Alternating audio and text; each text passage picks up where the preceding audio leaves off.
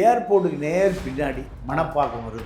அதில் 200 ஏக்கரா நிலம் இருக்குது. அது 200 ஏக்கர் நிலமும் அண்ணா நகர் கார்த்தி கட்டுப்பாட்டு இருக்குது. அதில் 40,000 கோடி ரூபா ப்ராஜெக்ட் தயார். ஆமாம், எல்லாம் வில்லா பிரிக்ஸு, அது ரெட் பிரிக்ஸ் வில்லா. அங்கே வந்து செங்கல் சூளை இருந்த இடம். திமுக ஆட்சி காலத்தில், அதிமுக ஆட்சிக்கு எவ்வளோ ஆட்சி வந்தாலும் சரி, இந்த 200 ஏக்கராவை அவர் கட்டுப்பாட்டு வச்சுருக்கு. இப்போ 100 ஏக்கரா இருந்தது, 105 ஏக்கரா, 110 ஏக்கரா, 120 ஏக்கரா, இப்படி நிலத்தை பூரா ஆக்கிரமிச்சு வச்சிருக்காரு.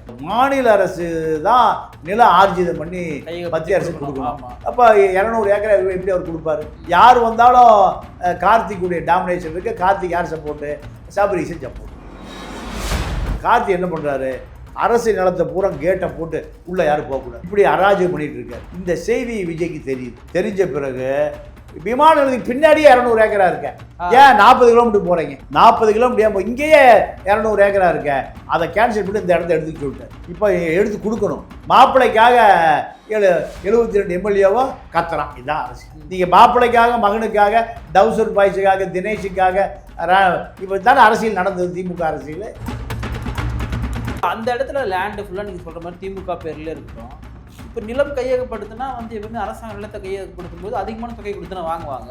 வித்துட்டு போக வேண்டியது தானே. இல்லை, அவங்க அதை மட்டும் 300 மடங்கு விற்க போகிறாங்க.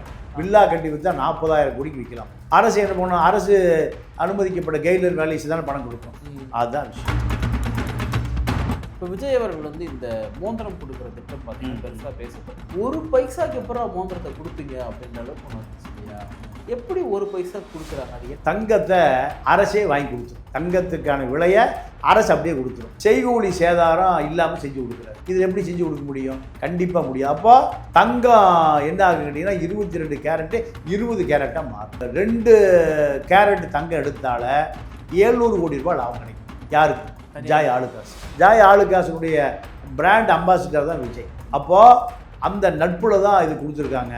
என்ன நடக்கும்னா 700 கோடி ரூபாய் லாபம் கிடைக்குன்னு இந்த நகை தொழிலில் உள்ள முதலாளிகளே இதை சொல்கிறாங்க. தங்கத்தினுடைய விலையை அரசை ஜெய் ஆலுகாசு கொடுத்துட்றாங்க. அவங்க செய்கூலி சேதாரம் இல்லாமல் 1 பைசா விலைக்கு கொடுக்குறதா சொல்கிறாங்க. இதில் எப்படி நடக்கும்? எத்தனை கிராமு? 4 லட்சத்தி. அப்போ லேபர் ஃப்ரீயாக கிடைக்குமா? செய்வானா? இடம் ஃப்ரீயாக கிடைக்குமா? நம்ம பையன் முட்டா பையன் தானே. என்ன நடக்குதுன்னு தெரியாது. எவன் அயோக்கியனா அவன் தாங்க நியாயமான ஆளு. குஜராத்தில் 75 வருஷமாக காந்தி பிறந்த மண்ணில் சாராய கடையே இல்லை. இந்தியாவில் எத்தனை மாநிலங்களில் சாராய கடை பிராந்தி கடை இல்லாமல் இருக்கு சொல்லுங்கள். நீங்கள் தமிழ்நாட்டில் மரபணுவே மாறி போயிடும். 3 தலைமுறை விடாமல் குடிக்கிறான். விந்தணுக்களே செத்து போச்சு. நீங்கள் சத்தில்லாத விந்தணுக்கள் தான் அவனுக்கு உற்பத்தி ஆகுதுன்னு ஒரு புள்ளி வரை சொல்லுது. எவ்வளோ டேஞ்சரான விஷயம். ஒரு இனமே அழிஞ்சு போயிருமே. சார், இப்போ பரந்தூர் விமான நிலையம் இருக்குங்க இல்லையா, அதை வந்து தமிழ்நாடு அரசு வந்து கேன்சல் பண்ணியிருக்காங்க. இந்த கேன்சல் பண்ணுறதை பார்த்து திமுக வெளிநடப்பு பண்ணாங்க. எனக்கு ஒன்றுமே புரியல. இது என்ன? புரிஞ்சுங்க. அதாவது என்ன கொடுமைனா, ஏர்போர்ட்டுக்கு நேர் பின்னாடி மணப்பாக்கம் வருது.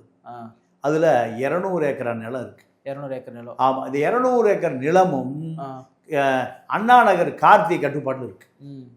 எவ்வளவு? அண்ணா நகர். அதில் 40,000 கோடி ரூபா ப்ராஜெக்ட் தயார். ப்ராஜெக்ட். ஆமாம், எல்லாம் வில்லா பிரிக்ஸு, அது ரெட் பிரிக்ஸ் வில்லா. அங்கே வந்து செங்கல் சூளை இருந்த இடம். 200 ஏக்கராவை இப்போதைக்கு திமுக ஆட்சி காலத்தில், அதிமுக ஆட்சிக்கு எவ்வளோ ஆட்சி வந்தாலும் சரி, இந்த 200 ஏக்கராவை அவர் கட்டுப்பாட்டில் வச்சுருக்கார். இப்போ 100 ஏக்கரா இருந்தது, 105 ஏக்கரா, 110 ஏக்கரா, 120 ஏக்கரா, இப்படி நிலத்தை பூரா ஆக்கிரமிச்சு வச்சுருக்காரு. இதை மாநில அரசு தான் நில ஆர்ஜிதம் பண்ணி மத்திய அரசு கொடுக்கணும். அப்போ 200 ஏக்கரா எப்படி அவர் கொடுப்பாரு? யார் வந்தாலும் கார்த்திக்குடைய டாமினேஷன் இருக்கு. கார்த்திக் யார் சப்போர்ட்டு? சபரீசன் சப்போர்ட்டு. இது பல ஆண்டு காலம் அந்த போராட்டம் நானே பல முறை பேசியிருக்கேன். அந்த மக்கள்கிட்ட நானே போய் பேசியிருக்கேன். ஆனால் கார்த்தி என்ன பண்ணுறாரு? அரசு நிலத்தை பூரா கேட்டை போட்டு உள்ளே யாரும் போகக்கூடாது, இப்படி அராஜகம் பண்ணிட்டு இருக்காரு. இந்த செய்தி விஜய்க்கு தெரியுது. தெரிஞ்ச பிறகு விமான நிலையத்துக்கு பின்னாடியே 200 ஏக்கரா இருக்க, ஏன் 40 கிலோமீட்டர் போகிறீங்க? 40 கிலோமீட்டர் இங்கேயே 200 ஏக்கரா இருக்க, அதை கேன்சல் பண்ணி இந்த இடத்த எடுத்து சொல்லிட்டார். இப்போ எடுத்து கொடுக்கணும். அரசே எடுத்து கொடுக்கணும். மாப்பிள்ளைக்காக 72 எம்எல்ஏவோ கத்துறான். இதுதான் அரசியல். மாப்பிள்ளைக்காக நீங்கள் மாப்பிள்ளைக்காக மகனுக்காக டவுசர் பாய்ஸுக்காக தினேஷுக்காக இப்போ தானே அரசியல் நடந்தது திமுக அரசியல். அதனால தான் திமுக கார்த்தி யாருன்னா வில்லிவாக்கத்தில் ஆதவர் ஜெகத்தின்னு தோத்து போயிட்டார்ல, அவரு தான் அண்ணா நகர் கார்த்தி மோகன் முதல்ல எம்எல்ஏவாக இருந்தார். எல்லாம் தெலுங்கு லாபி. அப்போ திமுக தெலுங்கு லாபிக்காக பதறுவது இல்லை. இப்போ அந்த இடத்துல லேண்டு ஃபுல்லாக நீங்கள் சொல்கிற மாதிரி திமுக பேர்லேயே இருக்கட்டும். இப்போ நிலம் கையகப்படுத்தினா வந்து எப்பவுமே அரசாங்க நிலத்தை கையகப்படுத்தும் போது அதிகமான தொகை கொடுத்துனா வாங்குவாங்க, வித்துட்டு போக வேண்டியது தானே. இல்லை, அவங்க அதை மட்டும் இப்போ 100 மடங்கு விற்க போகிறாங்க. வில்லா கட்டி விற்றா 40,000 கோடிக்கு விற்கலாம். ஓகே, அரசு என்ன பண்ணணும்? அரசு அனுமதிக்கப்பட்ட கெய்லர் வேலைக்கு தானே பணம் கொடுக்கும். அதுதான் விஷயம். இப்போ விஜய் அவர்கள் வந்து இந்த மோந்திரம் கொடுக்குற திட்டம் பார்த்தீங்கன்னா பெருசாக பேசப்பட்டுச்சு. ஒரு பைசாக்கு அப்புறம் மோந்திரத்தை கொடுப்பீங்க அப்படின்ற அளவுக்கு ஒன்று வந்துச்சு இல்லையா? எப்படி ஒரு பைசா கொடுக்குறாங்க? அது என்ன? அதாவது தங்கத்தை அரசே வாங்கி கொடுத்துரும். தங்கத்துக்கான விலையை அரசு அப்படியே கொடுத்துரும். செய்கூலி சேதாரம் இல்லாமல் செஞ்சு கொடுக்குறாரு. செய்கூலி சேதாரம் இல்லாமல் செஞ்சு கொடுக்குறாரு. இதில் எப்படி செஞ்சு கொடுக்க முடியும்? கண்டிப்பாக முடியாது. அப்போ தங்கம் என்ன ஆகுன்னு கேட்டிங்கன்னா 22 கேரட்டு 20 கேரட்டாக மாறும். 22 கேரட்டு 20 கேரட். அப்போது 2 கேரட் தங்கம் எடுத்தால 700 கோடி ரூபாய் லாபம் கிடைக்கும். யாருக்கு? ஜாய் ஆலுகாஸ். ஜாய் ஆலுகாஸுடைய பிராண்ட் அம்பாசிடர் தான் விஜய். ஆமாம், இருந்தார். ஆமாம். அப்போது அந்த நட்புல தான் இது கொடுத்துருக்காங்க. கண்டிப்பாக என்ன நடக்கும்னா முழுக்க இதில் 700 கோடி ரூபாய் லாபம் கிடைக்குன்னு இந்த நகை தொழிலில் உள்ள முதலாளிகளே இதை சொல்கிறோம். இப்போ விஜய் மேலே இருக்கிற அன்புனால ஃப்ரீயாக பண்ணி தரலையா? எப்படி ஃப்ரீயாக பண்ணி தருவோம்? எல்லாரும் அப்படி தான் சொல்கிறாங்க. நீங்கள் தான் சொல்கிறீங்க. எப்படி எல்லாரும் என்ன சொல்கிறாங்கன்னா, அதான் தங்கம் கூட அவங்க தான் கொடுத்துருக்காங்க, கவர்மெண்ட் இதில் ரோலே இல்லை அப்படின்றாங்க. தங்கம் கூட கவர்மெண்ட் வாங்கி தரலையா? இல்லை, அதாவது தங்கத்துக்கான விலையை அப்படியே கொடுத்துறது. தங்கத்துக்கான விலையை, அதாவது இதில் என்ன நடக்குதுன்னா 4.41 லட்சம் மோதிரம் குழந்தைங்களுக்கு கொடுக்க போகிறாங்க. சரி, இது வந்து 755 கோடி 755 கோடி ரூபா. ஆமாம். இதில் அசல் விலையை என்ன, அந்த 24 கேரட்டுக்கான தங்க விலையை அரசே கொடுத்துருக்கு. இவங்க செய்ய போகிறது 22 கேரட். இல்லை, தங்கத்தை அரசாங்கம் வாங்கி கொடுக்கலையாமே, அவங்களே வாங்கிக்கிறாங்களாமே தங்கத்தை. அதாங்க அதுக்கான பணத்தை கொடுத்துட்றாங்க சார். 2 ஒன்று தானே. இப்போ இந்த குழப்பாதீங்க. இதனுடைய பொருள், இந்த கேமராவுடைய ஸ்டாண்டுடைய ரேட்டு 6,000 ரூபா வச்சுக்கோங்க. 6,000 ரூபாய்க்கு இவங்க என்ன பண்றாங்க? உங்ககிட்ட இதை வாங்கி கொடுத்தாலும் 6,000 தான், பணமா கொடுத்து வாங்கி சொன்னாலும் அதே தானே. அதுதான் தங்கத்தினுடைய விலையை அரசை ஜெய் ஆளுகாசு கொடுத்துட்றாங்க. அவங்க செய்கூலி சேதாரம் இல்லாம ஒரு பைசா விலைக்கு கொடுக்கறதா சொல்றாங்க. இதில் எப்படி நடக்கும்? எவ்வளோ எத்தனை கிராமு? 4 லட்சத்தி. அப்போ லேபர் ஃப்ரீயாக கிடைக்குமா? செய்வானா? இடம் ஃப்ரீயாக கிடைக்குமா? அதான் சார். இப்போ நம்ம பையன் முட்டா பையன் தானே. நம்மால் என்ன நடக்குதுன்னே தெரியாது.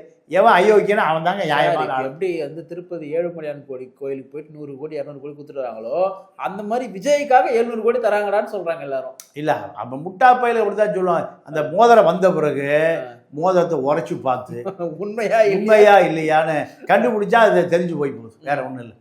இப்போ அதே மாதிரி பெண்களுக்காக அவர் சொல்லியிருந்த அந்த கட்டணமில்லா பேருந்து, எந்த பஸ்ஸில் நீ ஏறினாலும் கட்டணமே கவர்மெண்ட் பஸ்ஸில், ஏசி பஸ், எந்த பஸ்னா ஏறலான்னு சொல்லியிருக்காங்க. ஒரு பக்கம் இது சொல்லும் பொழுது பெண்களுக்கு வந்து உண்மையோ நல்லதாக இருந்தாலும், மறுபக்கம் இதற்கான பணத்தையும் நஷ்டத்தையும் அரசு எப்படி ஏற்கும் சார்? அதாவது இது ஒரு விளம்பரத்துக்காக செய்கிறாங்க. நீங்கள் பெண்களுக்கு செய்ய வேண்டியதை மதுக்கடையை மூடுங்கய்யா, சாராய கடையை மூடுங்கய்யா. தடை செய்யப்பட்ட சாராயம் கூட கெமிக்கலை தயார் பண்ணி குடிக்க வைக்கிறான். அது 781 கடை மூடுனதா சொல்லி பள்ளிக்கூடத்துக்கு முன்னாடி இருந்து பள்ளிக்கூடத்துக்கு பின்னாடி போயிடுச்சு. கோயிலுக்கு முன்னாடி இருந்தது கோயிலுக்கு பின்னாடி போயிடுச்சு. ஆஸ்பத்திரிக்கு முன்னாடி இருந்தது ஆஸ்பத்திரிக்கு பின்னாடி போயிடுச்சு. எங்கேயும் போய் தேட வேண்டாம். நீங்கள் பாரதிராஜா ஆஸ்பத்திரிக்கு முன்னாடி ஒரு மருந்து சாராய பிரார்த்தனை இருந்ததில்ல, அது அப்படியே பின்னாடி போயிடுச்சு. இன்னும் இருக்கு, போய் பாருங்க. முன்னாடி தான் இருக்கக்கூடாது, பின்னாடி இருக்கலாம்ல. அப்போ இதுதான் அந்த இந்த பெண்கள் பயனடைவார்களா? இல்லைங்க, மதுக்கடையை மூடுனா பெண்கள் கேட்குற மிகப்பெரிய கோரிக்கை அதுதான். புருஷன் வீட்டுக்கே வர்றதில்லை, வரும்போதே கூலி வேலைக்கு போய் குடிச்சிட்டு போதையில் தான் வீட்டுக்கே வரான். இது 6 லட்சம் இளம் விதவைகள் இருப்பதாக ஒரு புள்ளி வரும். எல்லாருமே அதை பேசுகிறான். இதை காப்பாற்றுவதற்கு விஜய் வேணுமா? இலவச பஸ்ஸு, 3 சிலிண்டரு, அடுப்பே எரியாத வீட்டில் எல்லாம் குடிச்சுவிட்டு அவன் வீட்டுக்கு வரும்போது போதையில் தானே வர்றான். நிறைய பெண்கள் வேலைக்கு போகிறாங்க. நல்ல விஷயம் சார். அடுப்பே எரியத்துக்கான பொருளாதார சூழல் இல்லை, நீ கேஸ் குத்து என்ன பண்ணுவேன்? நீங்கள் பெண்கள் பஸ்ஸில் போகிறது இலவசம்னா, இப்போ நீங்கள் இப்போ எங்கேயாவது காசு இருந்தால் தானே சொந்தக்கார வீட்டுக்கு மச்சான் வீட்டுக்கு அலுவலாக போக முடியும். வருமானமே இல்லை, பஸ்ஸு எப்படி ஏறுவான்? நீங்கள் பஸ்ஸுக்கு போகிறீங்கன்னா அக்காவை பார்க்க போவீங்க, அம்மாவை பார்க்க போவீங்க, தம்பியை பார்க்க போவீங்க, இல்லை ஒரு வேலைக்கு போவீங்க, ஏதோ போவீங்க. அதுக்கான அடிப்படை கூரை இல்லை, வீட்லேயே அடுப்பே எரியல. 1 கோடி பேர், சரி 6 கோடி பேர் தமிழ்நாட்டு மக்கள் தொகைங்க. 1 கோடி பேர் ஆண் பெண்ணோட சேர்த்து 7 கோடி. 1 கோடி பேர் டாஸ்மாக் கடைக்கு போறானா? ஆமா, அதிகமா சார். அப்போ கம்மியா சொல்றீங்க? இல்லை சொல்றேன், ஏன்னா 1 கோடி பாட்டில் விற்கிது 10 ரூபா. பாலாஜி, செந்தில் பாலாஜி அடிக்கிறாரு, டெய்லி 10 கோடி போதும் தான் டான்ஸ் ஆடினார். எங்க கரூர்ல 10 ரூபா பாலாஜி, 10 ரூபா. இப்போ 10 ரூபா விஜய், 10 ரூபா விஜய் நான் பாடலாமா? சொல்லுங்க. அப்போ முதல்ல மக்கள் தாய்மார்கள் என்னையா பண்ணணும்? சாராய கடையை மூடியா? எல்லா புருஷனும் குடிச்சிட்டு எங்க படுத்து கிடக்குறான்? தெருவில் பத்து. அதுதான் முக்கியமே தவிர, நீங்க இலவச குழந்தைங்களுக்கு கல்வி கொடு. எல்லாமே மெட்ரிகுலேஷன் பள்ளி தான் இருக்கு. கவர்மெண்ட் பள்ளிக்கூடத்து பூரா மூடிட்டான். குழந்தைங்க போகும்போது புத்தக பையில எதை எடுத்துட்டு போகுது? சாப்பாட்டு திட்டம் கொண்டு போகுது. அதுக்கேதான் வழியை சொல்லியா? ஒரு சமூகம் உயரணும்னா அடிப்படை கல்வி. இங்கே காசு, கல்வி காசு. மருத்துவம் 25 லட்ச ரூபா காப்பீட்டுக்கு உயர்த்திருக்கீங்க, 5 லட்சத்தை. இப்போ ஜிஹெச்சில் நீங்கள் பாருங்கள், 95% சிசரின் தான் நடக்குது. இல்லை, எனக்கு தெரிஞ்சு நீங்கள் கவர்மெண்ட் ஹாஸ்பிட்டலில் எந்த நோயாக இருந்தாலும், எந்த ஆப்ரேஷனாக இருந்தாலும் பணமே வாங்காமல் பண்ணதா இருந்தால் இந்த காப்பீடே தேவையில்லையே, எல்லாம் இலவசம் பண்ணிட்டு போகலாம். அப்போ இது அதிகாரிகள் எதை சொல்கிறானோ, நீங்கள் விவசாயிகளுக்கு இந்த கடன் தள்ளுபடி முழுசாக பண்ணலைன்னு அழுகிறான். குருவை காஞ்சி போச்சு. 1.25 லட்சம் நிலம், ஏக்கர் நிலம் காஞ்சி போச்சு. தலையை கை வச்சு அழுகிறான். அதுக்கு என்னங்க வழி? அதுக்கு என்ன நீங்கள் செய்யணும்? இப்படி அடிப்படை தேவைகள் தான் இவ்வளோ இருக்கு. அது இல்லாமல் நீங்கள் விளம்பரத்துக்காக செய்யப்படுகிற இந்த செயல். இந்த இலவச திட்டங்களுக்கு வந்து பிள்ளையார் சொல்லி போட்டதே திமுக தானே. அவங்க திமுக உனக்கு அதை முடிஞ்சு போச்சா? திரும்ப நீங்கள் ரிவர்ஸ்லேயே போகிறீங்க. அண்ணாதிமுக போட்டால் அதுக்கு ராஜாஜி போட்டோம், இதெல்லாமே போய் நல்ல திட்டங்கள் நாங்கள் தொடருவோம்னு சொன்னோம். அவ்வளோதான். அது இப்போ நீங்கள் என்ன செய்ய போகிறீங்க? நீங்கள் என்ன செய்ய போகிறீங்கிறதாங்க பிரச்சனை. நீங்கள் திருப்பி பின்னாடியெல்லாம் பார்க்காதீங்க, முன்னாடி பாருங்கள். ஒரு சிந்தனையாளன் எப்பவுமே பின்னாடி பார்க்க மாட்டான். ஒரு புரட்சியாளன் எப்பவுமே பின்னாடி பார்க்க மாட்டான். எங்கே பார்ப்பான்? முன்னாடி. இப்போ நீங்கள் என்ன மக்களுக்கு என்ன செய்ய போகிறீங்க? நீங்கள் அடிப்படை தேவை இந்த சாராய கடையை மூடணும். திமுக மீது அதான குற்றச்சாட்டு, அதிமுக மீது அதான குற்றச்சாட்டு. இப்போ அதுக்கு எந்த சிக்கலையுமே இல்லையே. சாராய கடை மூடுவதற்கு எந்த அறிவிப்பும் இல்லையே. மக்கள் கேட்கறது, நீ அது சாராய கடை மூடுனீங்கன்னா உன்னை கொண்டாடுவான் மக்கள், இல்லையா?